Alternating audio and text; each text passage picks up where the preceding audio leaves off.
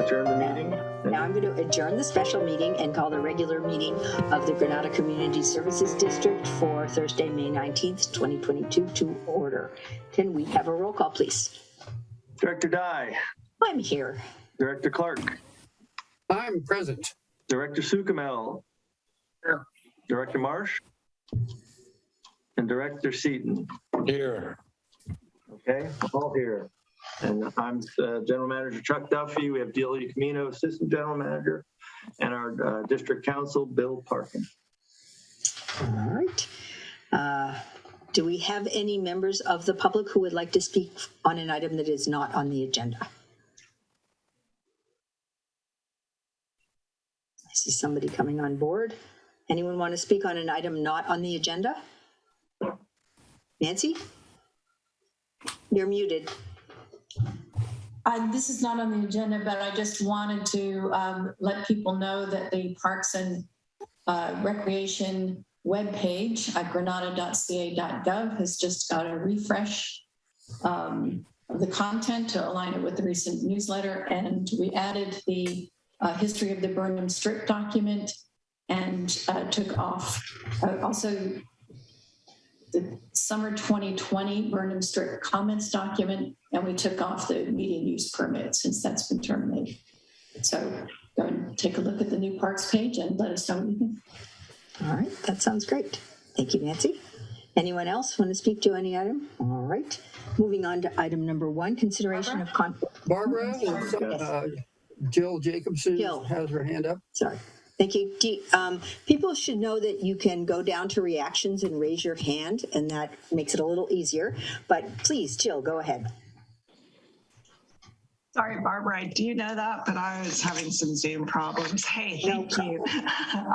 Not on the agenda, but my name's Jill Jacobson. I'm on the board of directors of the Senior Coastsiders. I know a couple of you, I believe, toured this morning, but the board has been trying to make the rounds at some of the public meetings and share a little bit about us. And I specifically chose to be here tonight because on June 2nd, is our annual home repair day, and we are going to be doing some homes in the El Granada neighborhood this year. And so I just wanted to spend a couple minutes, if people aren't familiar with, letting you know a small bit about home repair day at Senior Coastsiders is just part of our outreach campaign. Senior Coastsiders operate 6 traditional programs.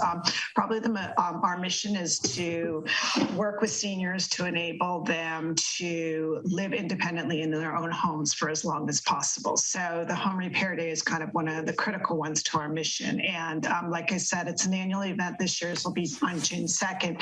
And the kinds of repairs that we do include installing grab bars and handrails, repairing decks, painting, weeding, and people can apply to have the volunteers work there. They are supervised by volunteer general managers and contracting partners. It's done for no fee for the resident, but through private fundraising that Senior Coastsiders do.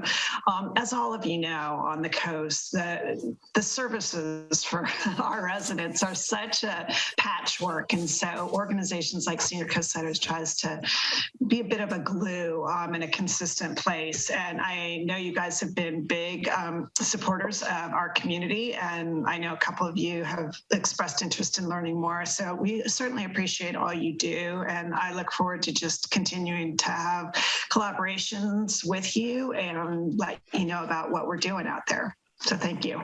Thank you. I'm actually signed up to work that day. Oh, thank you.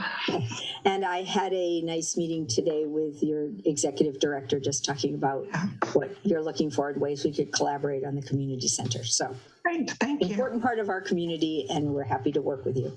So do we have any other speakers for items not on the agenda? Thank you, Jill. All right. Moving on to... I do. Sorry. Oh. I'm not quite sure if I'm on the agenda or not, but I just wanted to speak on behalf of Haley Peterson and the Junior Land Stewards. Wait, can you just hold up, Lauren? Because we're going to just do that item in, that's the next item. Okay, So just awesome. it'd be better to have you in the minutes with Great. the item you're speaking to, Perfect. and we're so happy you're here. Okay, item 1, consideration of contribution to the Coastside Land Trust Junior Land Stewards Program at El Granada Elementary School for the academic year 2022-23. Do we have someone from the staff who wants to speak to this? Yeah, real briefly, you've got 2 items for this agenda item. The first item is a request from Coastside Land Trust, Coastside Land Trust Junior Land Stewards requesting funding for their program upcoming this year. And the second part of this is a review, if you will, of the 2021-2022 Junior Land Stewards and kind of what they accomplished and whatnot. So that's 2 items on the agenda. Which I would like to post that report on our website, since the kids did amazing things and did a great job. Before we take public testimony, does anyone on the board want to speak to this? Then do we have, Lauren, would you like to speak to this? Yeah, I would love to. So my name is Lauren Williamson. I am a 4th grade teacher at El Granada. And this year we piloted the Junior Land Stewards with our 4th grade cohort. And it was an amazing experience. The kids were able to learn about native species here on the coast side. We created our own native garden outside of our school. We took some really amazing field trips here in our community. We worked closely with the high school students, and my 9 and 10-year-olds,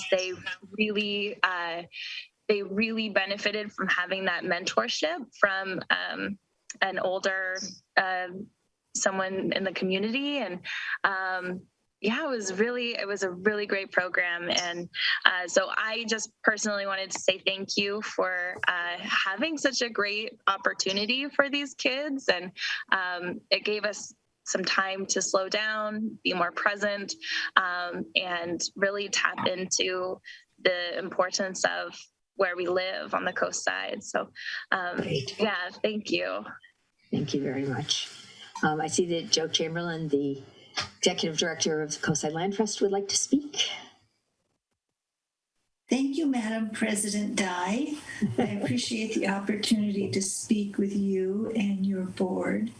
And Barbara, you've been greatly involved with this, and your support is very much appreciated. And you have brought us to the Granada Community Service District in hopes of continued support for our program.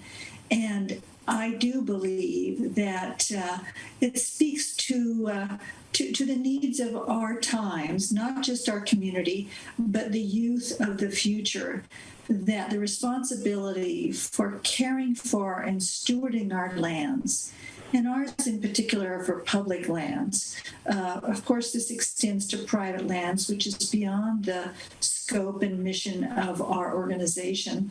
But I very much hope that you have read the reports over the quarters. The report you have is just for the final quarter, but there's been a whole year of incredible work by Haley Peterson, our Junior Land Stewards manager, who has just thrown her heart and her effort into making sure that the students of the Granada Elementary School enjoyed the extensive knowledge that can be gained from getting in touch with our beautiful earth and planet and the resources that it has. And I thank you, Madam President, for the opportunity to report to you what we did last year and to request your continued support in the future.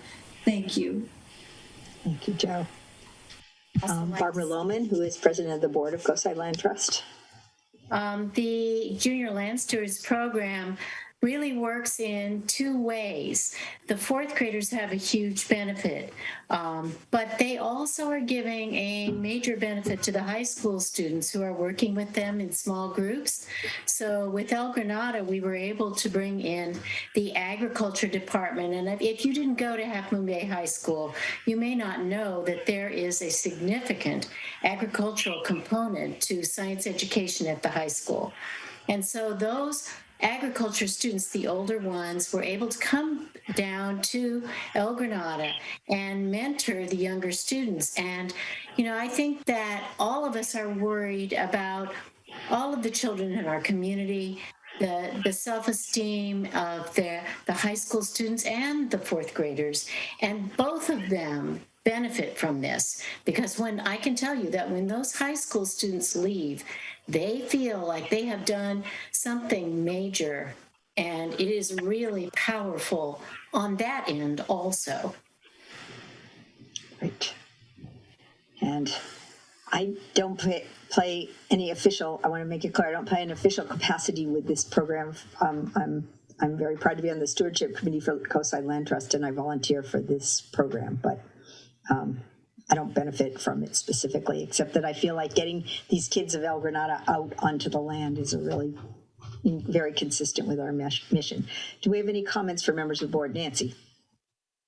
Just a quick one. I do think this is consistent with our mission. Is consistent with our mission. And since we were visiting community centers this week, this is just the sort of thing that when we have community center programming, this is the sort of programming we would want to have out of it. I just have a request for whoever has all 4 quarterly reports. If you could send them to me, nmarsh@granada.ca.gov. We did just put a paragraph about the program on our parks webpage, so I'll add the report to that paragraph. Great. Thank you. Matthew? First, I completely support this. I think this is a great thing, and we should keep funding it. But my question is, which side budget does this come out of? It in the sewer side or the Parks and Rec side? Parks. Yes, this is Parks and Recreation. This is getting kids out into the parks and providing recreation. And then those kids go home and tell their parents about things that you can do in El Granada and recreational options. So I think that's an extra benefit. You may actually know, I don't know if you do, Matthew, but there is a significant program up at the high school for all of the biology and ag students to go and they experience cleaning their own wastewater that they have created in the lab, and then they go over to the wastewater treatment plant and visit. So the sewer side gets, they're a little bit older when they get that. But we're funding out of the park side. So, but yes, double benefit. Delia, did you want to speak? No. Eric or David, did you want to say anything? Yeah, I think it's great. I think I fully support it, and I think these are the type of programs that I think kids get sometimes more out of than some other things going on in school. And I think so I'm totally behind it. Great. Yeah, same here. All right. Would someone like to make a motion? I'll move that we renew our grant program for the junior land stewards. I'll second. All right. Could we have a roll call, please? Director Dye. Aye. Director Clark. Aye. Director Sukamel. Aye. Director Marsh. Aye. And Director Seaton. Aye. Okay, motion passes 5-0. We look forward to another great year from Coastside Land Trust and the kids of El Granada. So thank you. And I just wanted to point out, Bill's going to draft a grant agreement, I guess, for this $10,000. So I just wanted to make you aware of that. I think he drafted one last year and everybody signed it. I don't remember that, but I think so. Joe? oh, we'll be doing it again this year. Okay, sounds good. Whatever paperwork we need, I'm sure we'll get done. All right. Anything else on this topic? All right, moving on to Parks and Recreation activities, and we're going to start out with a presentation by our terrific landscape architect, Tom Conroy, about some of the minor revisions to the park plan that have been necessitated by various changes in situations. So I am going to, Chuck, unless you had something you wanted to say at this point. Nope. I'm going to turn it over to Tom, who's going to go over some new design options, minor revisions, updates. Great. Thank you, Barbara. Hello again, everybody. It's been a while. You'll have to forgive me. I keep thinking every day now I'm on the tail end of a cold, and fortunately it's just a cold. It's not COVID, but boy, oh boy, it doesn't seem to want to go away. So if I need to mute and take a breath off camera here, I apologize in advance. Well, we appreciate you being here when you feel so lousy. So, thank you. Oh, no worries. Thank you. So the last time, I think we've met a couple times over the last 18 months for various minor items, but the last time we had the opportunity to talk about the overall site plan was in October of 2020. And I want to take just a few minutes. I know you've got a big agenda, but I want to review the progress that we and the project team have made since we last reviewed the site plan. And I want to give you an update on where things are headed over the next few months, because there's a lot of momentum now. Things are all really falling into place on the project as we move forward. The first major development occurred following our last board presentation, when our office worked with the Resource Conservation District staff and Chuck to develop a request for qualifications for civil engineering services for the park project. And this this process, as you know, resulted in the district's agreement with BKF engineers, which we couldn't be happier with. BKF's experience in projects here in the county, on the coast, of this scale is really invaluable, especially as we begin to navigate the complex regulatory process that the project will go through. BKF began their scope exploring water, and both the water that might be used on the site for potable or irrigation services, as well as the water that passes through the site in the existing drainage channels, and if perhaps they may be able to be one and the same. And we don't have any final findings yet regarding the water source. But this is a process that's going to continue in depth throughout the upcoming environmental review process. And I want to reassure the board and the community overall that we are all very well aware of the current and projected drought conditions in our region across the entire Western United States. And we're going to continue to be mindful to make decisions that benefit the community in the long term through a sensitive use of natural resources. I think it might be helpful if I pull up share the site plan. I can share my screen, Tom, if you want to. There you go. Okay. I've got it, if it's here. For the folks on the board and for anybody who downloaded the agenda to look at it at home, I have to apologize, but the sheet keeps getting bigger. And you have to do a lot of scrolling to see. But we thought it was really important for the master plan to encompass the entirety of the project. Now, previously we had cut it off in the Burnham Creek riparian area. Getting back to BKF scope, their preliminary assessment of the stormwater flow through the two drainage ditches was really illuminating for us.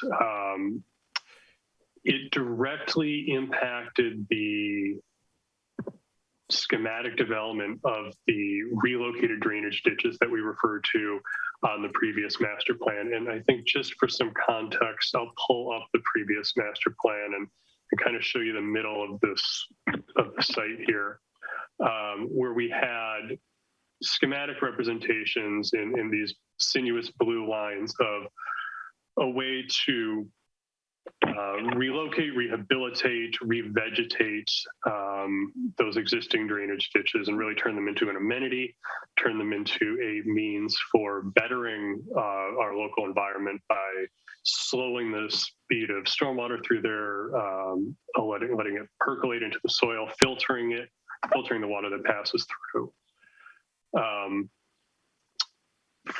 BKF did a lot of work to review county maps and public works records. And through all of this, they were able to provide guidelines for the quantity of water that actually flows across the site during a storm event.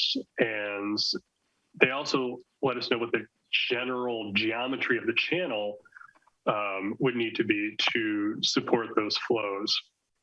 And our continued work with BKF and the Resource Conservation District helped us develop this updated design that you see here of wider, gently sloping, revegetated drain areas that will really enhance the intervention, the ability to slow and spread and sink and filter the stormwater that passes through the site. They've been sized in a way to accommodate as much of the first flush rainfall event that's really reasonable for capturing here on the site, and will make significant improvements to the water quality as the outflow passes through the Caltrans, through the ditches and the Caltrans right of way, under the highway, through culverts, and eventually into the ocean. The updated drainage design for some minor modifications to the site area between them. The main one is that the parking lot shrunk slightly, but we were able to offset some of this reduction by expanding the parking in front of the Village Green along Obispo Road. The restroom location, the central restroom location here, remains connected to the parking lot with a small plaza area that may have benches and bike racks, drinking fountain, trash cans, those sorts of things. The prefabricated bridge that we had previously shown as spanning the ditch along the Caltrans right of way, it's kind of moved up to be more of a central feature. It's now the primary connection to the really active areas of the park here. And the active areas remains almost identical to the previous iteration. Here, everything flows from the central group and family picnic area with adjacent play structure areas for toddlers and bigger kids. We have a play lawn here and the adjacent basketball court. Moving on to the north, we've made some relatively minor refinements to the proposed dog park area. It remains similar to the previous master plan, but this update does provide a little bit of clarity on the relative sizes of the areas that may be dedicated for smaller versus larger dogs, as well as the double gated entry that dog parks typically have to prevent a runaway dog when somebody opens a single gate. The dog park area, I'll zoom in a little bit. You can see the very small dogs that we have drawn in there on the master plan. This area will likely be furnished with benches, certainly trash cans, pet waste stations. It's possible there may be opportunities for small signage in there too. Zooming back out, the most significant changes are on this update really occur on the northern third of the site. And these changes are a direct result of the second major development that occurred since we last met, which happens to be the district's unexpected purchase of the Picasso preschool site. And the potential benefits of having a community center that's really integrally connected to this park are innumerable. And we're really excited to work with the district and their selected architecture team to continue to work on and improve the former Picasso site. And it's going to be quite a transformation. The specifics of the area around the community center and specific connections between the area and the park will be explored in the coming months through that design process. Excuse me for just a second. Goodness. As I was saying, the specific site improvements around the community center will continue to be looked at through the design process that area is going to undergo. But we thought it was important to start to look a bit beyond just the limits of that facility and to see how having this northern anchor fits into the overall park site plan. And we went through numerous conceptual design iterations, and the resulting refinements, which you see here, can probably best be described as open and simple. The complexity of the network of pathways and picnic areas that previously wove through the rolling pastoral landforms has been reduced by quite a bit. And while some of those landforms remain, they've been nudged to the perimeter of this area, which opens up a central passive grassland space that orients itself and faces the new community center. And so this northernmost upper bowl area could conceivably provide overflow for events that may roll out from the community center, such as concerts, educational workshops, community events, weddings, and the like.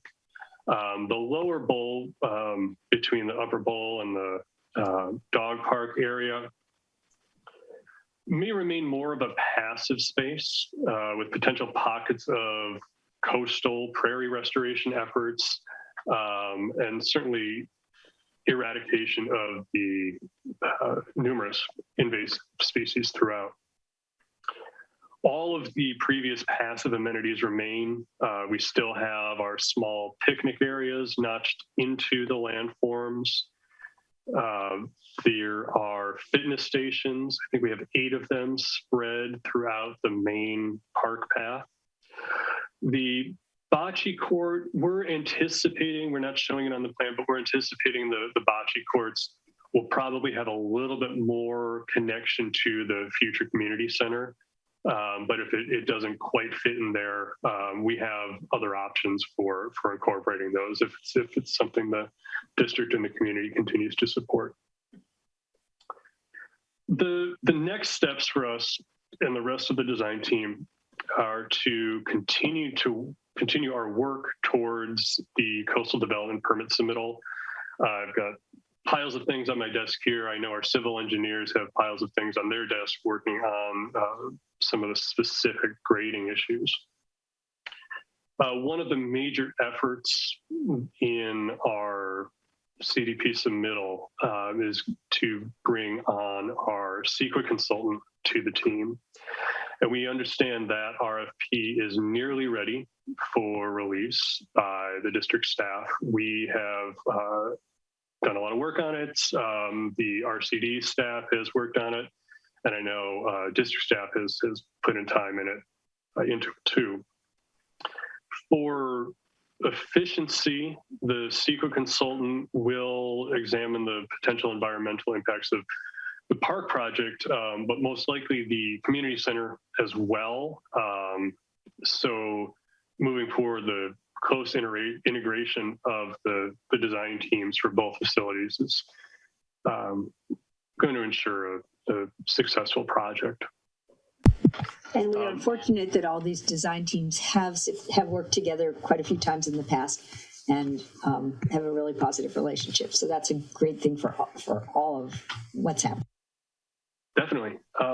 We remain really thankful, continuously thankful for the opportunity to work with the district and the community to develop this park and now the community center. And we're really excited and motivated about these next steps and moving on in the process. I'm happy to answer any more questions if the board has or anything the board wants me to answer from the community. Well, let's start with board members. Are there any board members with questions? I think we should. I can't see everybody. Oh, Matthew. Hi. Yeah. Thanks, Tom. I really think this the redesign has worked very successfully. I have a comment, which is that the Harbor District is moving forward with their showers across the highway by Surfers Beach and the new restroom, which will probably be up and running before our park is. And so I'm sort of questioning the need for outdoor showers in the park. It's coupled with where we're going to get enough water for that kind of thing. So I think we might want to reconsider the outdoor shower. I don't know that anyone. The goal originally was for surfers to be able to wash off, and I don't know why anyone would cross the highway to go to our showers if there's one right there at Surfers Beach. So I think that might merit reconsideration. And then I have a question. There's now an area with diagonal parking just to the, I'll call it the south of Avenue Portola. Tom, do you know, would that preclude parallel parking on the other side of the street? It's not super clear from this picture because of how we've had to layer all these different elements. No, it doesn't. You can see on the easternmost edge of the road here, there's a darker line that is the edge of the proposed asphalt, but the line, the dashed line just inside of that is the property line of that parcel right there. And so there exists ample space to build in some parallel street parking along that side. And we have a lot of flexibility as to, if we need to realign or adjust the angle or the direction of this angle in parking. That the specific design of the road improvements is a pretty important part of BKF's tasks. Their experience and knowledge in doing road design, especially in the county, is pretty invaluable. And so they'll, if you want to explore parallel parking over there, we can certainly incorporate that, and they will be able to help us identify the right parameters to make that happen in the right orientation. I think one of the things we talked about was plumbing it for showers and, potentially seeing if there's a need. So I don't know, I'm not sure that's a detail needs to be worked out now. Nancy, and then Lenny, unless another board member has a comment. Nancy.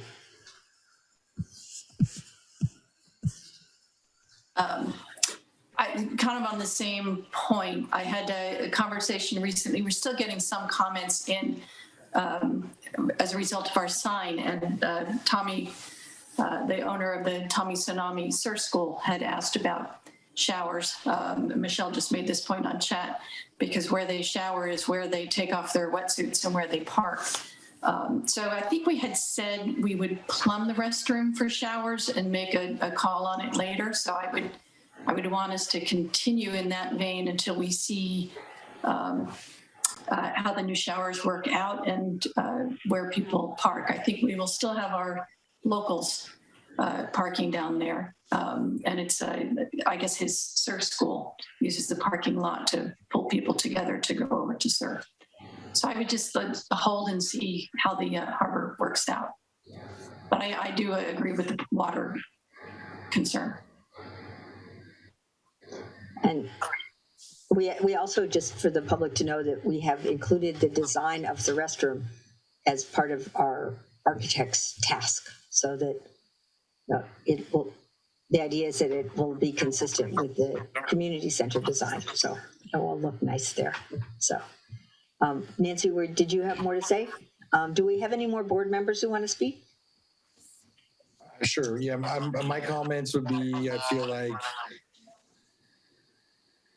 as far as active rec is concerned, if you just look at this picture, there's not a lot going on. You have the skate park right there, but outside of that, the majority of people, this park's to get them out and exercising and actively, I feel like the field itself is pretty hacked up. I like the idea of more of an open field so that whatever it is, you could have a little bit of space. And then also, I would just like to get more information on what happened to the idea of all the fitness courts and the parkour and all the things that were discussed that I don't see in here. It's there. David, he mentioned it. It's still there. In what area? You can see marked with an E. Yeah, I may have elided over it. I apologize, but there is no change to that. We still have fitness stations. Okay, I think there's 8 of them throughout the park. Certainly opportunity for more. It's a big spot. And the half court is still there. Yeah, the half court. I think we talked about a half court, and then somehow we said a smaller hoop on back or something, so that that's still there. An option for that, but yeah, I would just say in general, the more we could do, just to always keep that in mind. I think that's where you guys could really get your value, is incorporate the passive park, but with these opportunities to make it active rec, in terms of, the getting people out. And I think, what about other things? Like, for example, people have brought up volleyball. Is that something just simple we could find space in here because it'd be simple to do and it doesn't need to be on the plan? Or would something like that need to be potentially brought in at this point as far as finding space for something? I think a volleyball, ad hoc volleyball courts can be placed in any of the lawn or grassland spaces. Are you thinking of like a permanent facility for volleyball?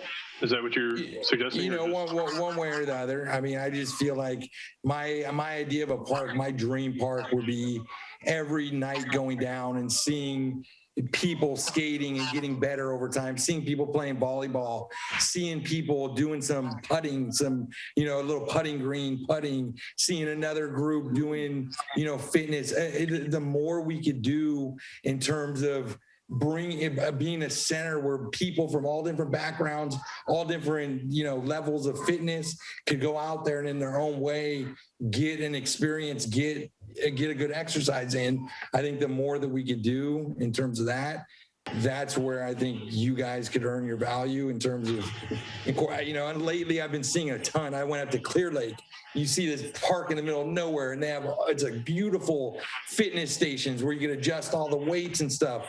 I mean, I'm talking, I was in Mexico, in the middle of nowhere in Mexico, beautiful little fitness park. They're popping up everywhere, and I just feel like the more we could do to really encourage that where yeah, it looks beautiful as you're driving by, but as you get into it, you're like, whoa, this could keep me busy for the next 6 months, all the different, little opportunities and encouragements there are to try out a new exercise or whatever, get in on another, okay, David, I think that's really good. Some really good points. I think they have tried really to do that. There's the exercise stations and, the half court and lots of running and lots of stuff for kids and the skate ramp.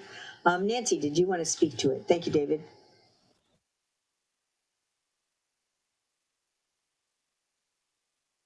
Sorry, I'm not used to doing this on phone. I just actually following David's point. I really like the excitement around the exercise stations. My only request is when people see those, grab a photo so that we can see them, because it just helps generate ideas. Yeah, I have a whole bunch of photos I could send over. Great. Awesome. Great. And now Lenny's been very patient. Lenny is one of the ones who helped make this park a reality. So I really want to hear what she has to say.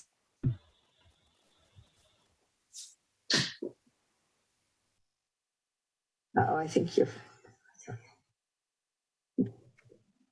Hi, I'm Lenny, El Granada resident. So I'm wondering if this is the right time to comment about the community center, or is this the right time to? Sure. About that. I was looking at the drawing, and I am concerned about the how many feet out is the square that you have drawn, or someone, the architect, has drawn? We don't know. Does that represent a building or a? No, that's just a dotted line to say they're starting. We met with them yesterday, and it was a good meeting to get started. We will be providing, sharing with you and the community more information as they have a lot of work to do to check the current building, to figure out, get a lot of background information before they can make any proposal. That was just kind of a placeholder. Oh, approximately how many feet out is that extending from the existing? Is that a lot further out than the existing? The box that I drew right there is approximately the limits of the existing fenced yard area. Maybe a little bit beyond that. Oh, the existing fence yard. Okay, and I do want to be very clear. It is not to imply the limits of a building, but it is simply to indicate that the future improvements in this area are to be determined. And that's buildings, that's patios, that's planting, paving pathways. That's all of it is just kind of an open book at this point. Okay, and will you have you'll have a separate process for that, right? For planning the community center, and right? It won't be completely separate. There will be separate meetings on that. Yes. Oh, I was wondering how many parking spaces and where the parking will be for the community center. What we're showing on this plan, the number of parking spaces for the community center is ultimately going to be a function of the size of the community center. And the county has different coefficients for number of square feet of active space versus office space. And all of those combine to figure out the parking demand required by the facility. What we wanted to show in this plan, this is essentially the limits of the existing parking lot, but restriped and kind of cleaned up. The way the parking is in the parking lot right now is not particularly efficient. This is again, really everything on the preschool parcel is very schematic, and there will be many months of development still to go on that. And okay, thank you. And also, there is a building plan, just for the record, I hope they do put story poles up, and I hope that this is only going to be a one-story facility. That's the plan, Lenny. We understand. And that for the people walking down Avenue Alhambra don't have the view of Mavericks, which is very limited. The views going out to Mavericks are very limited along Alhambra, so that's a precious view going out there through here. So I hope that you'll be very sensitive to that, because it's a world famous surf spot, and we need to preserve that according to the Coastal Act. of 1976, the significant views. And so from, strolling along Avenue Alhambra, we want to be able to see out to Mavericks. And so I hope if a building is built there or whatever is built there will not impede the view to Mavericks. I just want to get that on the record. It's really important. The CEQA review, there's a whole subsection of CEQA that will look at that. There will be simulations, there will be so forth. There will be lots of analysis of that. Mm-hmm. CEQA. Okay, thank you. I think that's about it. I want to say that I'm not a proponent of showers on the Burnham Strip. I mean, people were concerned about, well, I hate to use the word homeless, but people, I mean, I have nothing against homeless people, believe me, but I think it would serve anybody who wanted to come out and take a shower out there. I really don't think we need them on the Burnham Strip. That's just my little opinion. And also, open space is fine. We don't need active.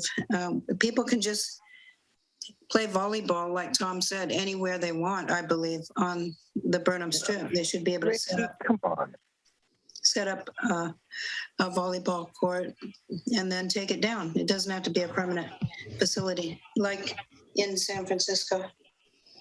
Thank you. Your comments are welcome, considering how hard you worked to make this park a reality. So thank you. It's anyone else? Yeah.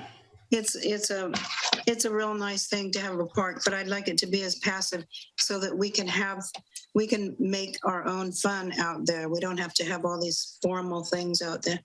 We did all our lives. We had a lot of fun on parks. Yes, well, I do think Tom's done a good job of striking that balance. Fran, another person who's worked really hard to save both Quarry Park and this property. So, hi everyone. Yeah. Glad to see. I think this is an improvement on the original one, and thank you. You gave us more open space as we requested over on the north end, and appreciate that. That looks better, and I agree that it should be story poles on the when you get ready to design, when the community center is designed. And I agree also, I don't think we need showers. If there's going to be showers at the beach side of the highway, that's where surfers get out of the beach or full of sand or whatever. That's where they shower, not come over here in our park. Nobody has to shower that are playing in the park. So I agree with everybody on that point. So I think this is an improvement, and thank you. Thank you, Fran. That's nice to hear from you. Do we have anyone else who wants to comment on this? I mean, I think this is very consistent with the previous plan. I don't think we need to vote on it. There will probably be more changes as the engineers keep working at, refining their plans, and as Tom continues to work on this. But I am really happy with how it's developing, and I feel like we're really starting to see real solid progress. So it's great news. Does anyone else want to make a comment or?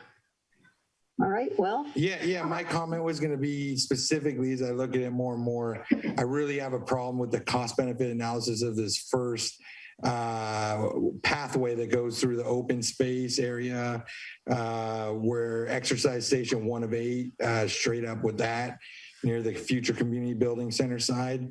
I feel like what you get out of this pathway is incremental compared to how you ruin this whole only open space that we have. And you could say what you want about, well, what are you going to use that open space for? Well, kind of to the last 2 points, we could figure that out in the future. There could be a need, whatever that is.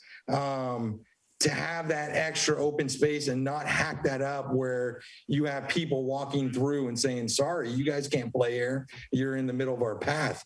I think the more that we could give people one lane of open space, like I said, it's going to change over time. What that, maybe that's a place to just watch, the sunset, other times it's going to be to have a race, maybe that is a place for volleyball. But the more that you hack up the middle of it, with that crossway, the more that you take away any future potential from you limit what that upside can be.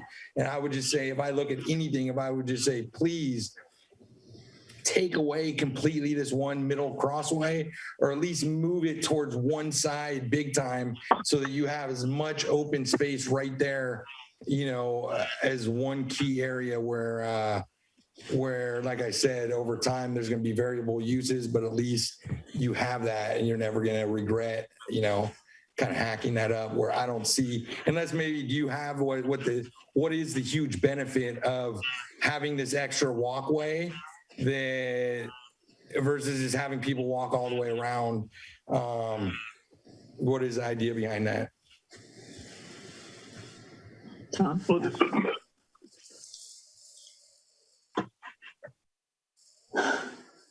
Excuse me. You may recall from the previous plan that we in fact had many more smaller pathways that went through in different directions on the site. It's important when you're designing a pathway system that you're accommodating for as many users as possible.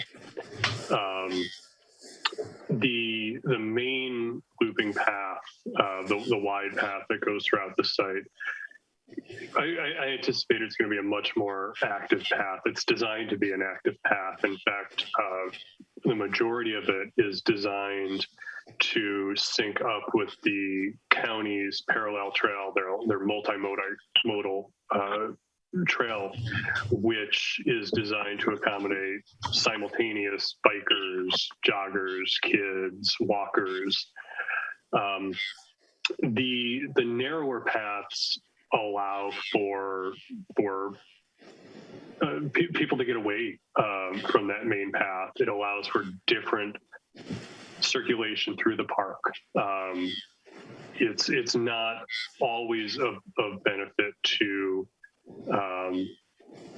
provide everybody the same solution as when it comes to circulation. There may be people that are only looking for a smaller loop, people who may not be able to physically do a larger loop on the park, where they need a smaller loop that's sized a little bit more for their abilities. And that's really the goal, is to give people options when it comes to circulation. I feel like we have those options over to the right, where there's other small. There won't be any fences along the paths, right? And either way, I would just encourage you, like looking at this right now, if you are going to have it, if you could anyway move it as much as you can towards one side or as much as you can towards the other side, just to try to maximize, looking at this one spot, try to maximize one space as the longer side, where you clearly say that's the one area that we have some variable use in terms of open space. Right now I feel like you almost split it down the middle. One of them's kind of goes out a little bit more different shape, but I would just encourage you in any way that, since this is the biggest open area, to not hack it down the middle, to try to definitely make one area where that's the one large open space area that we could, keep our options open on. Okay, I appreciate that. And as the team starts digging in on the design of the community center, the way the paths that we show here interact with that space are going to change. I mean, this is going to continue to be dynamic, and I appreciate that. We'll keep that in mind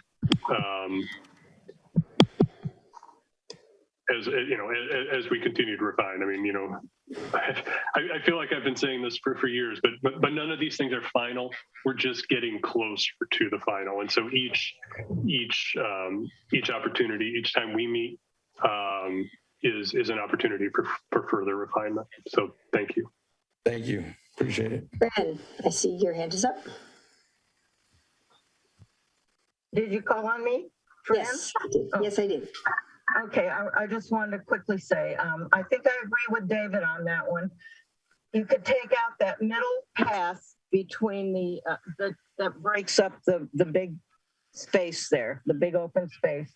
People can walk from the outside rim to the exercise thing, and you can walk through the path without that structure there. Just take out that middle piece that connects. That goes all the way And there through. would just be, people would create their own trails crisscrossing the whole area. Yeah, yeah. You can, I mean, everybody's going to be walking across that open space anyway. So you can walk across it without having a structure. Yeah. So that's all. I agree that'd be better to leave it all open space. Thank you. Okay, thank you. Lenny. And then we're going to finish this discussion up. So Thanks. Thank you for allowing me another opportunity to say a word. I agree with that totally. Thank you, David and Fran, for saying that. And that is really important. People could play something like lacrosse on there. They could play whatever they want. That's not permanent, you know, they can play it and then go, and it's a green space. That's what I've wanted all this time, just like the Marina Green. It's not going to be turf. It's not going to be lawn. Well, it'll be open though, and I don't think we should be afraid of an open space. You know, I appreciate, you know, all your work that you've put into it, but I really, really pray that we'll have a lot of open space. Thank you. Thank you, Lenny. All right, anything further? For any board members want to say anything? Delia. I was wondering if the board might have some interest in updating the park plan on the billboard below. Yes, yes, we want to do that. Okay. Definitely. Well, let's give Tom a little bit to sort of finalize, and then let's get a revised version up there. I agree. Good thought. That's it. Okay. Anything further on this? Very exciting to see all this progress. Thank you, Tom. I know you've done a great job, and it's really exciting to see it moving forward.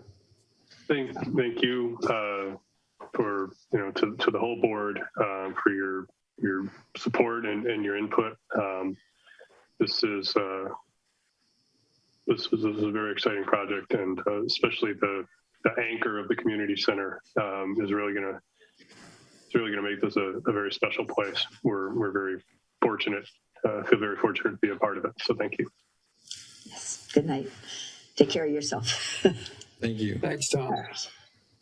Next, we have update on the disc golf course proposal. Is that Pat? Yes. Hello, everyone.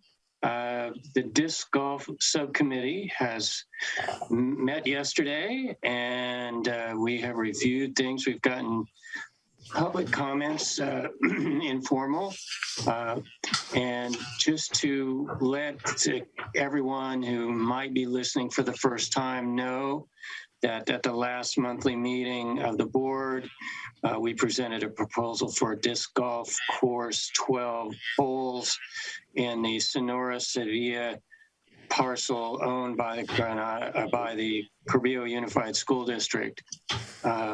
You gave us, as a board, the go-ahead to start planning an outreach plan, and that's what we would like to present tonight.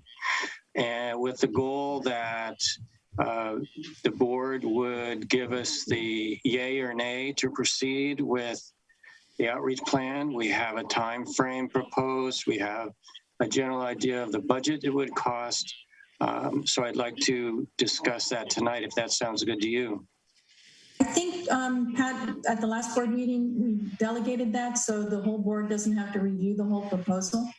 Right. I wasn't going to, I just catching up the public on background, but I'm not going to present the proposal.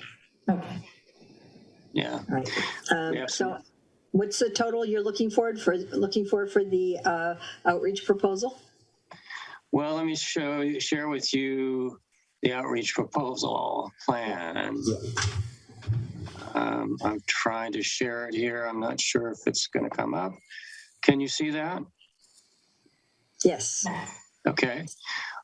So we don't need to go through it all. I agree with Nancy. Yeah, but I know. I get feedback both ways. Some people want a written plan, and some people want me to give 2 seconds. So I'm doing the best I can, and you know, we'll give it a try. We have 5 tasks in the plan. Very quickly: yard signs, neighbor door-to-door contacts with all the neighbors in the immediate vicinity of the property, posting on next door, Burnham Strip post office and tot lot jumper signs.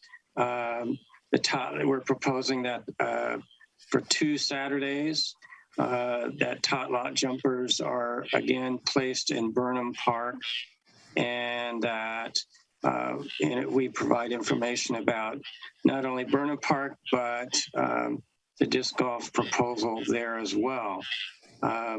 It would involve creation of a flyer, informational flyer, and which directs people through a QR code and through a web page address to a web page on the district site, yet to be created, that would have the proposal and other information relevant to the proposal.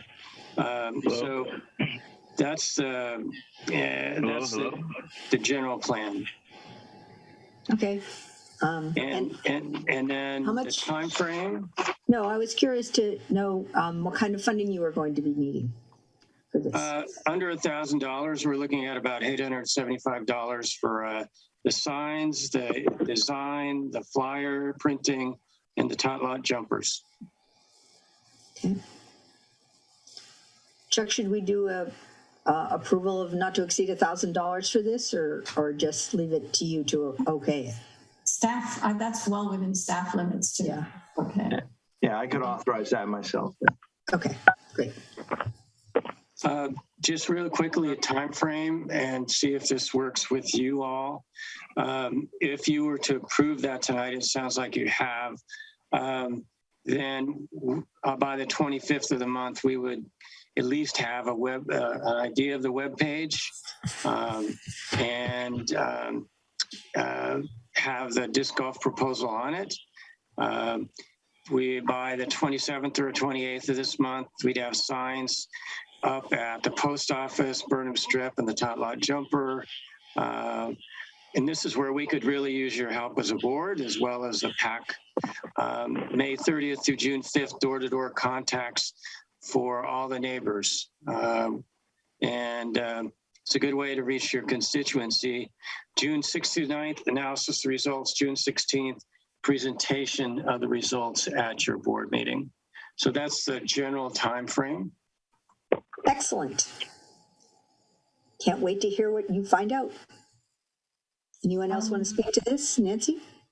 Just quickly, in all of the public outreach that we've done, we have posted a very thorough review of the public outreach, so everybody could see what everybody else thought on the website. So when you do your report, as much verbatim detail as you can pull through in the report. We don't need to go through all the verbatim detail at the board meeting, but it's great to have it on the website. Michelle Dragoni was going to be leading this effort. I don't know, Michelle, do you want to comment? No, I think you said everything that needs to be said. We're good to go. All right. Well, I think the budget. Do you have any questions? I think we're good. I think we're ready to. We will look forward to seeing your results. Thank you. Thank you, Michelle. Thank you, Pat, for all your hard work on this. Barbara, we have a couple people on who would like to, from the public, who'd like to comment, I think, on it. All right. don't see any hands raised. Yeah, well, can you hear me? Yes. Okay, great. My name's Jake Ward. I think I've spoken to you guys a couple times now. Some of you guys know who I am. I'm just calling, I wanted to dial in to voice support for this. I heard something earlier that was mentioned by one of the board members when they were talking about the junior land steward, and you said that you had this idea that, it was recreation for the kids in El Granada, right? One of the things that it struck me is that this particular recreation is one that is both athletic, social, and it reaches all levels, all age groups. There was a big tournament this last weekend in San Francisco Disc Golf Club that, there was everybody from 80 years old to there was a 7-year-old playing in this tournament. And I think we're really, we need this on the coast side. There's a community that's already established here, and as I've said before, they have 1 or 2 week sessions in PE at both Cunha and at the high school. So our kids are already funneling through this game. So I think it's vital, to the coast side that we get this disc golf course installed. Okay, thank you. Anyone else want to speak to this? Great. I think we're in support of the next steps on this. So thank you for all that you've done. Thank you. All right, moving on. We have Park Drive Collective. Proposal. Just before you go, I just ran through the newspaper. Today's paper, page 3, has an article on GCSD aiming at a potential disc golf course. So it's very much out in the public now. Yeah. Excellent. We'll look forward to hearing from the people around the property. So sounds good. All right, moving on to the Heart Drive Collective proposal. Delia, did you want to speak to this or? Well, I'll start. If you all remember from our last meeting, this was on, and unfortunately, Jesse Nelson, who is the founder of Heart Drive, and he's here tonight, couldn't make our last meeting, so I have it back on with a little bit more specific details. His intention, if he's granted the ability to use part of the parking lot, the Burnham Strip would be, and this is for a one-day fundraiser, he would like to have that on Saturday, July 2nd. And if the board has any questions, I did provide the details in the memo in the packet. So if anybody has any questions, Jesse's here to answer them. I do have one question. I love your little drawing and the fun lovers in the middle of it. Thank you. I didn't see any porta potties. Right. I should have included that. I spoke with David briefly over on social media. We've known each other for quite some time, and he brought that to my attention. I didn't incorporate it in the diagram, but it's definitely on the list of to-dos, and I think it's in text form there too. Actually, that diagram came before the last meeting, so it was before exactly. that was brought up. Yeah, that's why it wasn't. Great. Matthew. I would just like to comment that this the location as portrayed looks like it's impinging on the riparian zone, and we're supposed to stay 50 feet away from the riparian zone. So if we're going to get anywhere near that close, I think it has to be probably have a temporary fence or something to protect that area, because it's a designated environmentally sensitive. Nancy, and then I'm going to ask Bill and Chuck about a couple things. Nancy. I'm glad Delia said that the drawing came in before the detail, because I think Jesse's detail says that all of the action would be pretty much set up if you're facing the ocean to the left of the skate ramp, but this drawing has much of it to the right of the skate ramp, closer to the riparian zone. But as Matthew said, it really should be situated more in the middle of the parking lot and away from either side, because there's riparian zones on either side. So I would just think you just need to move your square over. For reference, the skate ramp is 50 feet from the recreation zone on the right side. And rotated 180 degrees? I mean, would the stage be on the face going toward the ocean, or where it's shown on this, but scooted over so it's facing the ocean? I think he has it facing the ocean. Okay.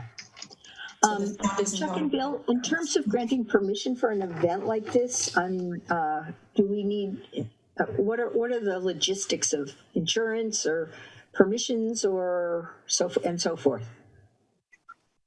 Bill, let me toss this to you for the permissions.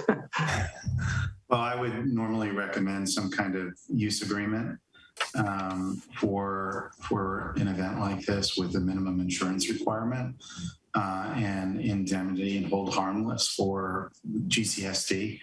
So that's what I would recommend that we do. Well, you're our lawyer, so you're our attorney, so I guess we have to listen to you. So we'll do it. Yeah. Well, I would like to say that I'm very pleased to see it benefiting ALAS, which is a wonderful organization.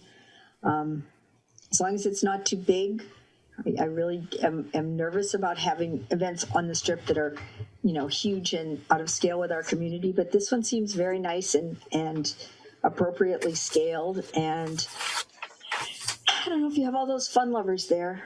I think it would be a good time. Nancy, you want to speak?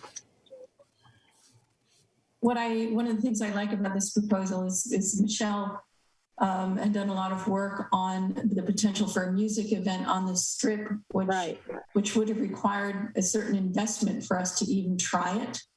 And so I think one of the benefits of this is if we go with it, that we get to try to see what's the attendance and interest in a music event on the Strip without making upfront the investments in stage and power and so on. Which my concern with that proposal was we just don't know whether 10 or 80 people will show up. So I think it's a good low risk test run for the district. So do you think we need to have a motion to approve this? Ask Jesse to work with our staff on whatever paperwork is necessary. And do we have any objections? Does anyone on board object to going ahead and giving this a try and seeing if it works? I agree about all Michelle's work and how it seemed like it could be a really good thing, but I was concerned about how ambitious it is. I really like the idea of giving this a try with this one event and seeing how it goes. So, Matthew. What kind of publicity do you plan? That's addressed to me. Yes, I think so. Yeah, to Jesse. Hi, Matthew, and hi, board. Thank you guys so much for the opportunity even to present this. Even just sitting here, it's so exciting to see the work you guys do and everything like that. So is it okay if I just give a little bit of background about my kind of experience on the coast side and stuff in general? Yes. Okay, so I've been a musician on the coast side basically since high school. I went to Half Moon Bay High School and then I went to Pillarcitos High School. I've been doing music since I was about 15 years old on the coast. I've participated. I've thrown our own fundraisers in various places, including the Yard by Cameron's restaurant and stuff like that for we've donated to the Boys and Girls Club. I've also done fundraisers for Pillarcitos High School, the continuation school in Half Moon Bay. I'm very invested in the coast, even though I currently live in Oakland. So I have a lot of experience. I have a really great community that already knows about myself, my music, and my projects and stuff like that, as well as my nonprofit kind of element as well.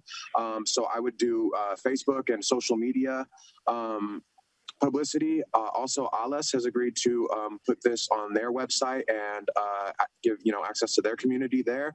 And I'm very, very close with a lot of businesses on the coast. So I would be doing flyers, like physical flyers and posters at approving businesses. Good.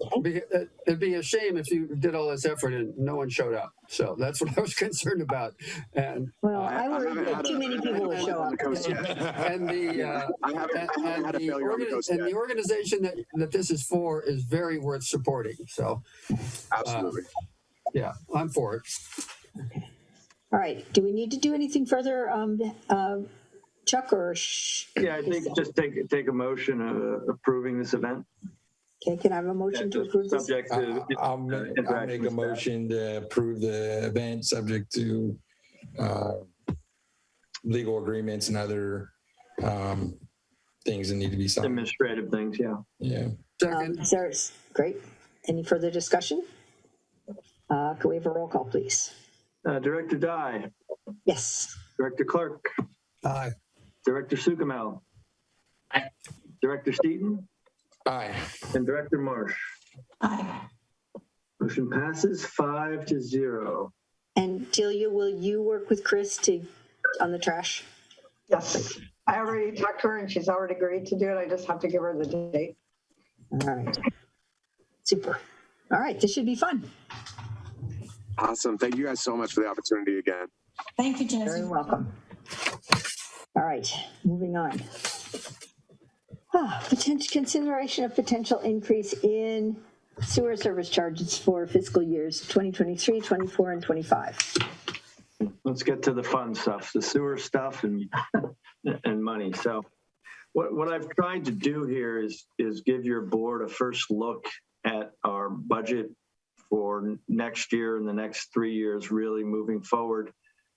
And as I point out in my agenda memo, I point out a couple of the highlights of the budget, and broadly speaking, Sam's budget accounts for about 65% of our total budget. So basically, as Sam goes is as we go. Our portion of the budget is limited to about $800,000 a year in administrative costs, and that's relatively flat. It goes up a little bit as salaries increase and whatnot, but that's generally pretty flat. Our capital program is sewer main replacement, and we look to spend about $250,000 each year on that. Sam's cost to us is about $1.8 million a year, and that includes treatment, admin, environmental collections, and the infrastructure budget, which is basically their CIP program. So if you scroll down to that page I've included, page 30 of the PDF, I do a 3-year look ahead on what our rates will look like. And part of the big thing is, if I lump all our costs, we spend about $2.9 million a year by the time we fund SAM and we fund our operations capital improvements. And as you can see, our revenues just through sewer service charge on that top line, operating revenue is $1.879 million. And what's going to happen in the next few years is we're going to lose a couple pieces of funding. Your board decided last year to allocate all the property tax funding, which had previously been split in various percentages between parks and sewer. Your board made the decision to allocate all our property tax to parks. So that's going down to parks now, and that causes a revenue shortfall on the sewer side of $200,000 to $250,000, depending on the year. We've also got that line item number 3, the repayment from the assessment district. That's $310,000 a year, but that's going to end next year. That's just another loss of revenue. And, it's not shown on this chart right here, but we actually got we actually got some concerning emails from the state and the county on the ERAF refund. So if you look at that line item number 4, that non-operating revenue, including ERAF, well, it should probably more accurately say mostly ERAF, because we get about $250,000 to $275,000 a year from ERAF. So ERAF itself, the program, takes some of our property tax that would normally come to us and shunts it over to the school side. If you're in a county that has enough funding for education, they've given us a refund each year. That refund may or may not be going away. There's language in the state legislature targeting that revenue. So, literally this happened 2 days ago. So we're still trying to figure that out. Big broad picture is we're going to need to fund the sewer service with sewer service charges in the near future, probably solely with sewer service charges.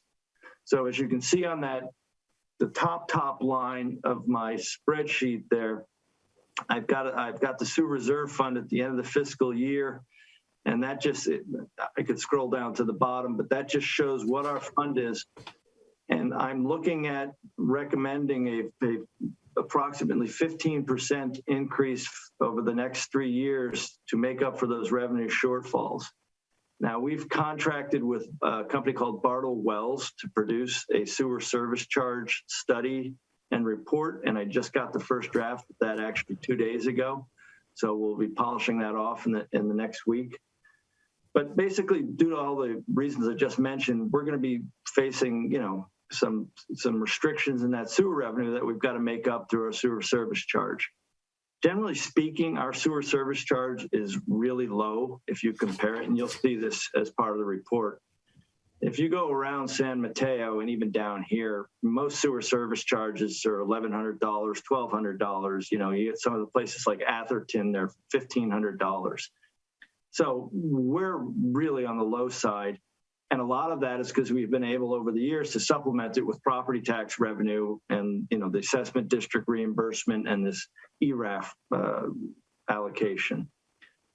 That's going away, and that's what's driving these rates. So, I don't think your board has a choice really but to raise rates over the next 3 years and, bring our rates up to kind of where a lot of other people are already.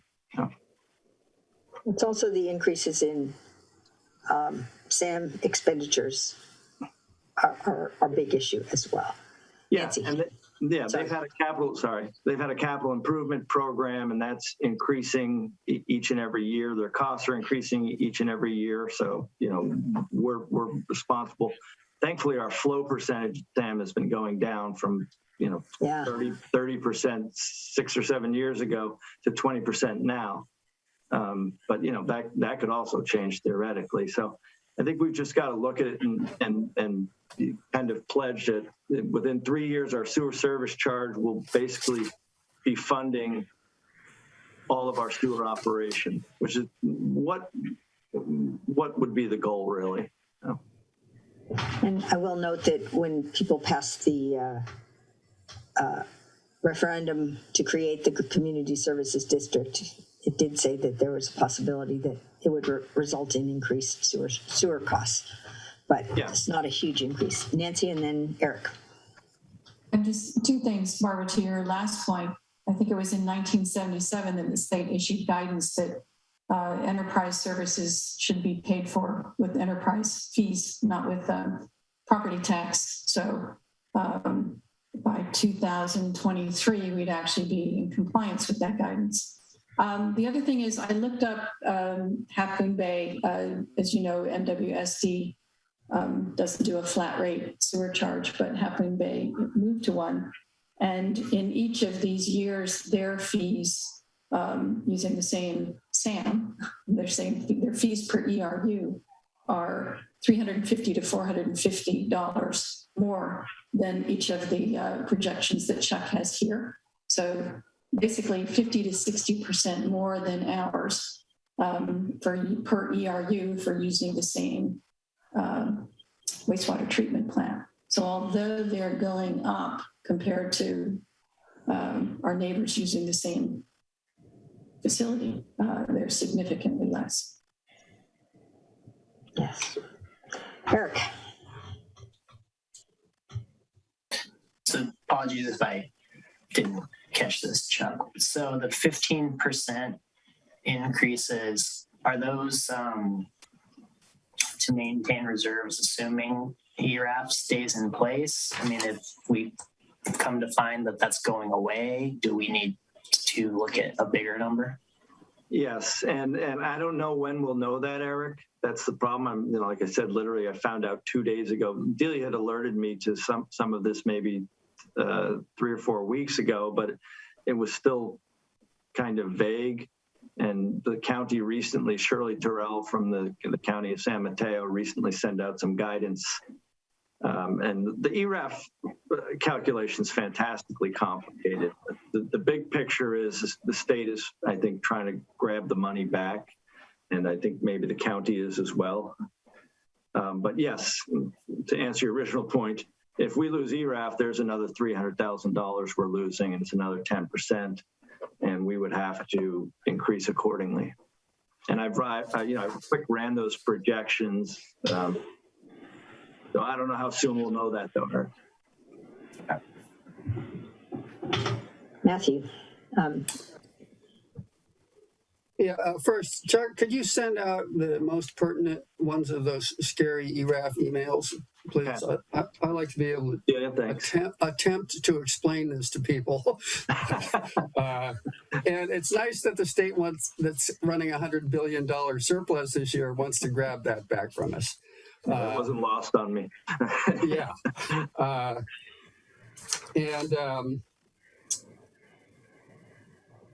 I noticed that we're still replacing sewer lines that date back to 1920. How much of that is left? And when we get done with the 1920 ones, are we just moving to the 1930 ones, or will this capital need lessen at any point?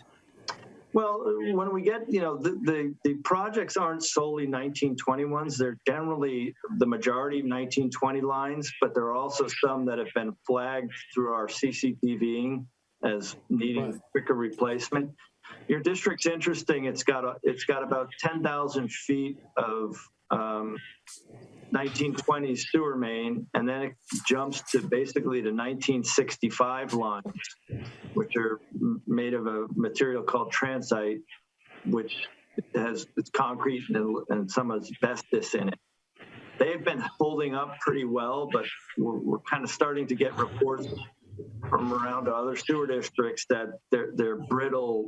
They're more brittle than the old clay pipe, which is kind of funny because back in 1965, it was a hot new thing. And it turns out vitrified clay pipe lasts a really long time. So, but yeah. Transite's really expensive to replace. Yeah. Because just to get rid of it costs a fortune. Well, what they generally do with that kind of stuff is pipe burst. And that way you're not stirring up the asbestos, if you will. So it stays underground. But we haven't had any real issues with that yet. But we're in year 3 of a 5-year plan to replace all of the 1920 lines and all of the ones that, when televised, were shown to be needing replacement. So we are actually being quite aggressive in making sure that the lines here are in really good shape. Yes. And, and even the 1920, I have some lines from 1928 down here in my Rancho Santa Fe district. Some of them are in shockingly good shape. Like I said, turns out clay pipe is pretty tough. It's underground. It's it's an organic, if you will, material. It's pretty tough, but we're going to have to replace them. That's 100 years old at this point in time, for the most part. I have some that I salvaged when they were doing the work on Isabella. I got some pieces of the old lines. So I've done this with a lot of boards, and a lot of people like to, do comparisons to other districts and whatnot. At the end of the day, I have no problem. Board members always ask me, how can you justify this? And I say, I can justify this easily. We're not a city going out and building palaces or Taj Mahals or brand new headquarters or things like that. We're funding our sewer system and the sewer plant, and we're replacing sewer lines. So, this is easy to justify, if you will. And on the ERAF, I was talking to a school board member, and I think that money would go directly to the schools if we don't get it.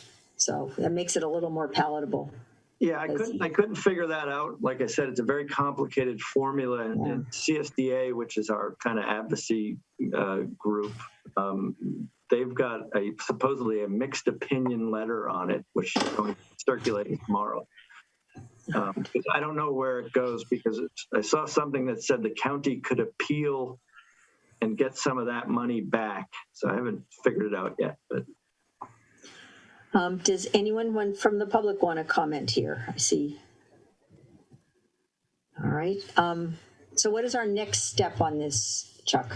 The next step is we're going to finalize Bartle Wells is going to finalize their sewer service charge report, and that will be presented to your board. We'll probably hold a special meeting in a couple of weeks for that. And your board will get to take a look at all the background. They'll have comparative rates for different districts in the county, and board will at that point in time take action. And then what we'll do is we'll go through a Proposition 218 process, which is basically sending out a mailer to all the residents, telling them that here's what your rate structure will look like the next 3 years. And that letter goes out, and then we have a 45-day review period. People come to us, comment, and then you will have to hold a hearing, and Bill will have some ordinances and resolutions to pass, and you'll implement whatever the rate schedule is your board does. All right. I would like to tentatively discuss a date, because my calendar gets really filled up. I mean, are we looking at June 2nd? That's 2 weeks from tonight. That works for me. And I think that's what I have in I did a spreadsheet. The 9th does not work for me, but I'm not the only. I mean, I think we should probably all be there to vote on this, actually. Yeah, so I had did you say June 2nd, Barbara? Yeah. Yeah, so I had it tentatively scheduled for June 2nd. And then at our July meeting, you can enact the ordinances and fee resolutions and whatnot. Okay. Can we move it up a day? I'm sorry? The 2nd is my son's birthday, so I'm not coming if it's on the 2nd. I could do the 1st. I can. Can anybody not do the 1st? So Eric, for the record, you're choosing your son's birthday over sewer stuff? Yes. I will go on the record as such. Everyone okay with Delia? Yeah, I just want to make sure with and ask Bill if that gives us enough time, because my final cutoff for county submission on the tax roll is going to be the 29th of July. And if there's 45 days in a notice, I think it does. Okay. Yeah, it's July 21st is our July meeting, so we'll be in time. Okay. I'll send you my spreadsheet that has all the dates. All right. All right, so tentatively the 1st, we will. I'm happier with the 1st because I have a dentist appointment, a doctor's appointment, and a physical therapy session on the 2nd. So the 1st is fine. Do we need to do anything further on this? Nope. We hate to raise rates, but being at the SAM meetings and seeing, the increase, the constant need for additional funding for repairs and so forth, and the other issues that are facing us out there, I think we don't have a whole lot of choice. So. Yeah, and I'll parrot what Nancy said. It's actually the Legislative Analyst Office has produced that opinion that says enterprise districts should be funded by enterprise fees. Yeah. Well, I'd just like to mention that we do everything. Well, I do everything I can. I know Chuck does too, to be really efficient and watch every penny. I mean, we treat it very carefully. So I think that helps over time. It adds up.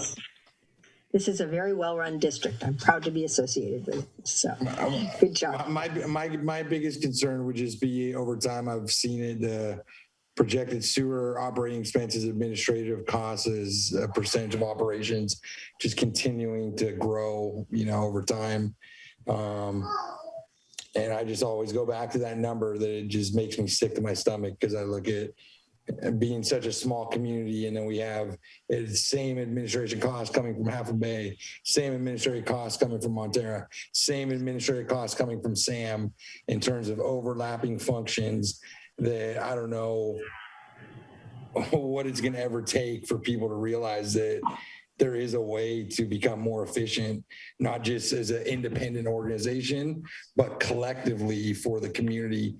And I think that if you look at each one of these budgets, all 4 agencies, there is a ton of overlapping functions and costs that I don't know why, when we, instead of raising the rates on taxpayers, the first thing we should be going is saying, let's cut every cost we can that's, that could be identified. It's been identified in grand jury reports. There's been multiple times that have said, hey, there's a lot of low hanging things that if you guys could just come together. There's been excuses, oh, they won't do this. But at some point there needs to be some type of mandate that says, before we raise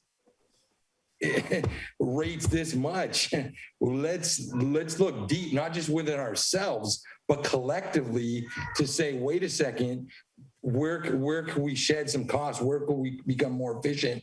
Because I can't imagine that there's other communities that their sanitary districts are this inefficient in terms of the amount of administrative costs that are going into running one collective sewer system.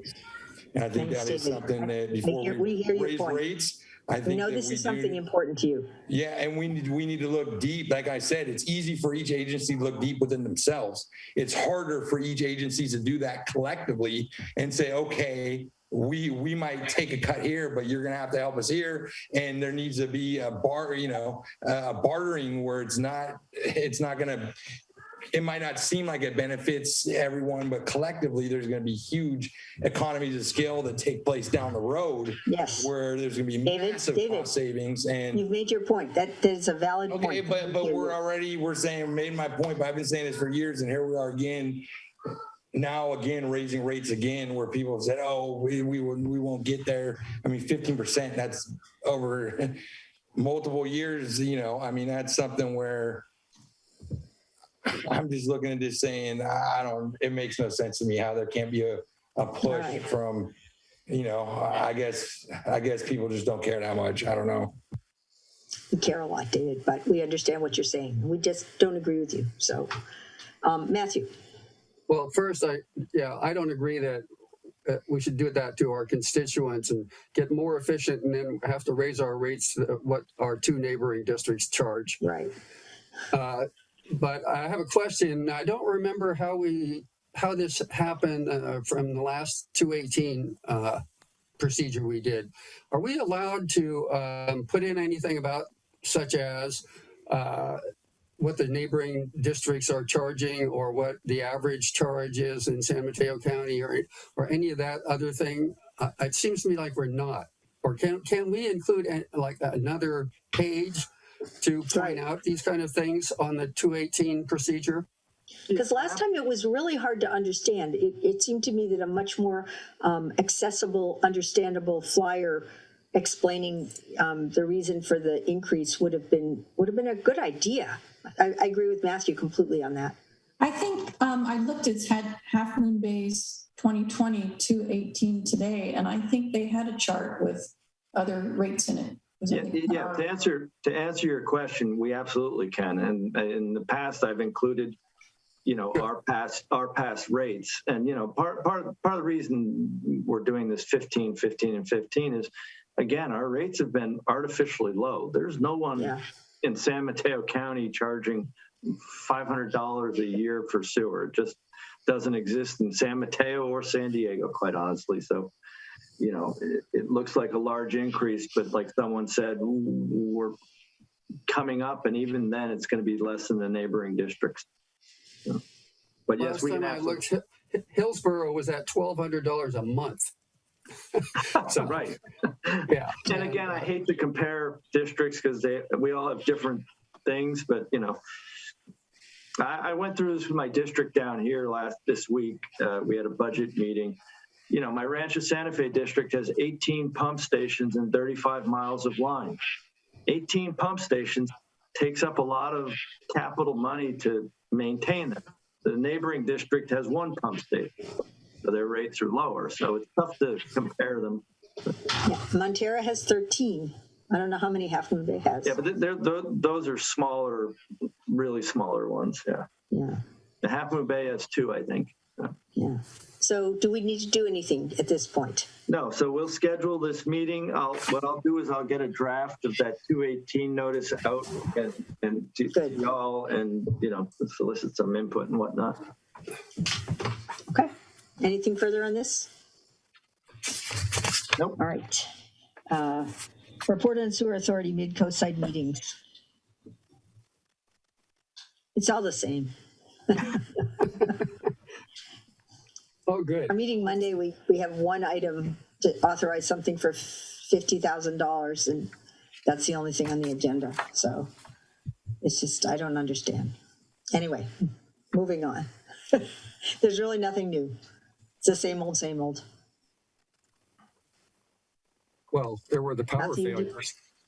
Oh, do you, I guess we need to report on the bus duct. So Have you made any sense out of how and why that happened? Well, actually, Chuck said something interesting. What did I say?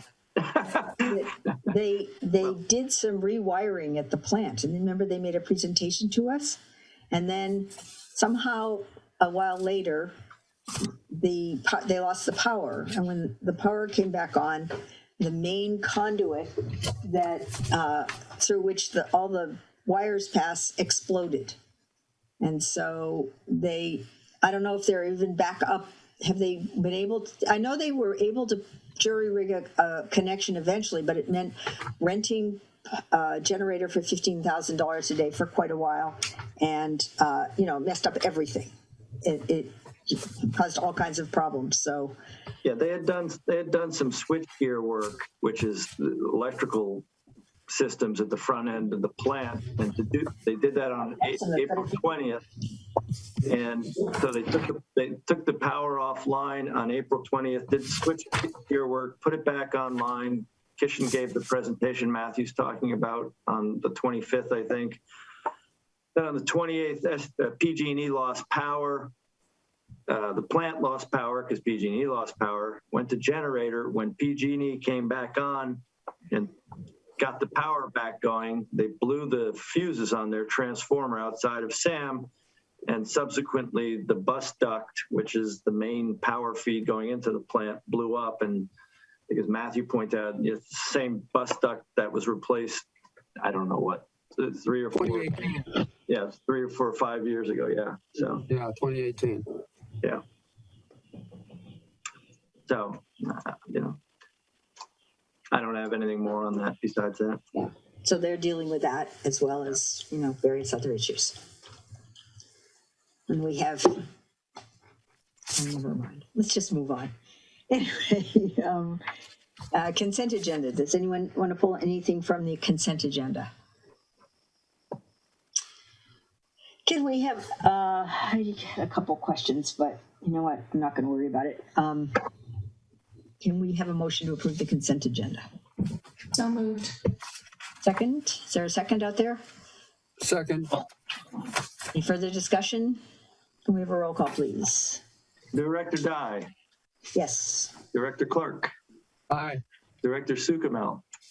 Yes. Director Seaton. Aye. And Director Marsh. Aye.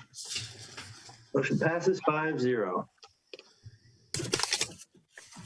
Moving on to committee reports, I wanted to just say I attended the MCC meeting. They had a discussion of the various projects around through El Granada, the multimodal trail, the Caltrans improvements. I see Dave's here. There's just quite a few proposals for making changes to the roadway and so forth. And there was discussion about how our plans and proposals would fit in. And I didn't want to talk about the changes in our projects before our board had looked at them, and they don't really impact that anyway. But, you know, just commenting that the trail that goes over to Coronado, we had talked to Caltrans about that being the multimodal trail and that they might help us fund it. And that if they do put in a crossing, we had agreed that we would connect to it. So there's the main thing. Dave, did you want to just mention briefly what you guys were looking for? I don't think so. I think you covered it pretty well. I think there was just a little bit of concern that if anything was done at Surfers Beach with parking that was proposed earlier in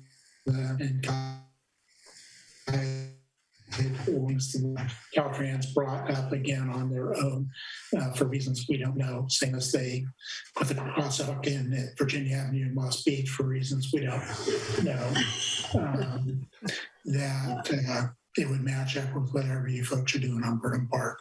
And I think you've got that all covered. Great. Yeah, so that was good. It's nice to see MCC watching out to make sure we're all working together. And then I went to a walk with the weed management area, looking at an area of Edgewood Park where they've done some very successful grassland restoration with wildflowers and so forth. So it was interesting to see how that had worked out, and if we may want to do some grassland areas, how you know, what our options are. So those are two things that I attended. Anything else, Nancy? Just for our ad hoc committee, it wasn't on the agenda, but we did have, as Barbara mentioned earlier, a meeting yesterday with the group for architects. We toured their, 35,000 square foot Burlingame community center that's opening in a month or so. She just gives you good ideas. So we kicked off. They're now scoping, and we'll work with Chuck on getting their contract done. And we've put them in touch with both Tom and with BKF, who they've worked with before and are delighted to work with. So that we will not reinvent anything that the two sides can help each other with. So I think they'll coordinate well together, as Barbara mentioned. I think they're going to be great. Also today I was invited to come down to the seniors and take a tour, which I did, of their center, and look at, you know, they have rooms that are probably a lot like what we will have in our center, and just talk about some of the things that they do, and eventually they might like to do some programming in our center. So it's just a nice connection, and as we think about outreach, they could provide us with some feedback from that segment of the population. So some good things out there. Anyone else want anything to report? Okay, moving on to attorney's report. No report, Barbara. Thank you. General manager's report. Nothing further. Administrative staff report. And nothing further to report. Engineers report. Does anyone have any questions on John's report, John Rayners? I will say that, I always like to know what's going on. I like John's report. It's kind of too bad it comes away at the end of the meeting, but that all the rubble from the collapse of the old bridge has been removed, and Big Wave is supposed to start construction on sewers again in July, and they have revised their permit application. Instead of wanting to do them one, remember they wanted to do them one apartment at a time. They're going to submit an application for all 11 offices. And then the other thing is that I think this is a good development, that for some of the managers' meetings for SAM, the engineers are going to be attending.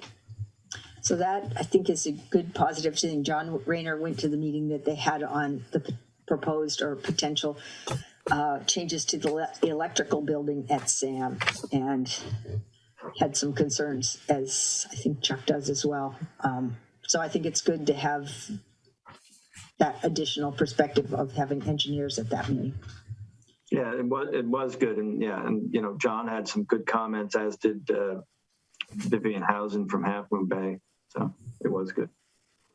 And if you look at the financials from tonight, you can see that engineering services are higher. That's partly because I think the CIP projects, they expanded them for efficiency reasons and ended up doing more in this phase than they had planned to do because they had a contractor there and it was really efficient to get it done, which seems like a really great flexibility.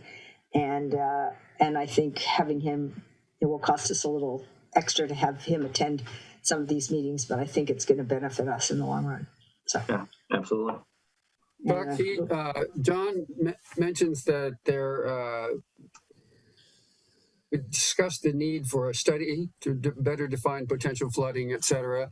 Is that another study, or is that because Sam already authorized an update on the electrical stability situation at the treatment plant, but and the main concern is flooding, or is this is that a new study that was recommended, or is this they're waiting for the updated one?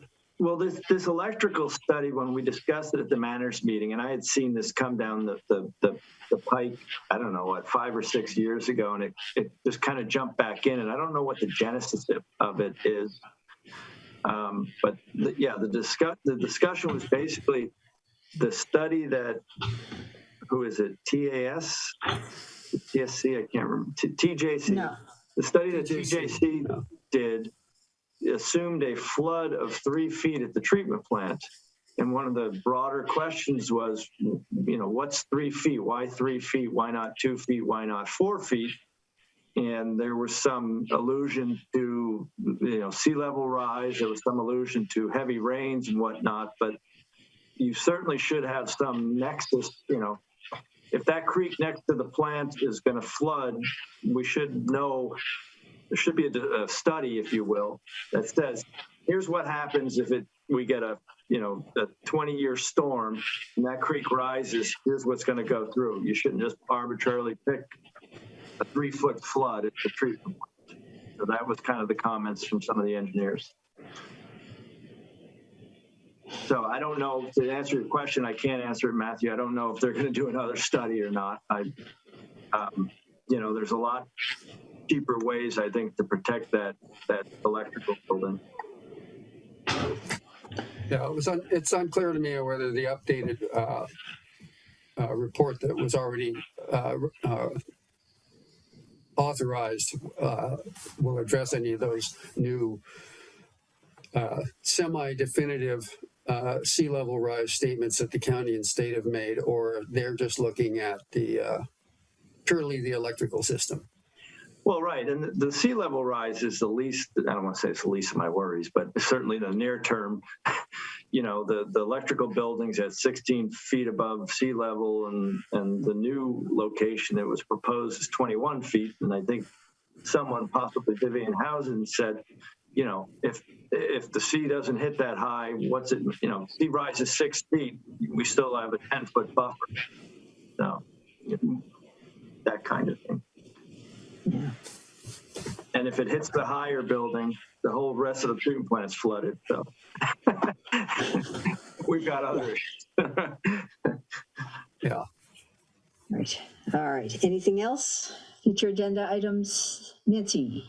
Something I should have mentioned during the parks report. They have broken ground on the pump track in Quarry Park. Yeah. So if you want to go for a walk, they have now at least got the outline done, and you can start to see the layout of the new pump track, which is pretty substantially big.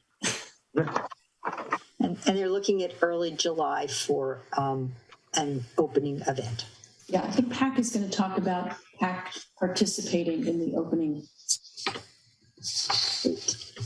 Anything further? Then I guess we can adjourn this meeting and say good night, everyone. Okay. Good meeting. Thanks, got a lot everybody. done. Barbara, don't forget, I'm going to drop off that packet to you tonight. Yeah. Okay, thanks. All right. Night, everybody. Hi, everyone. And can you pick it up tomorrow morning at about 8:15? Okay.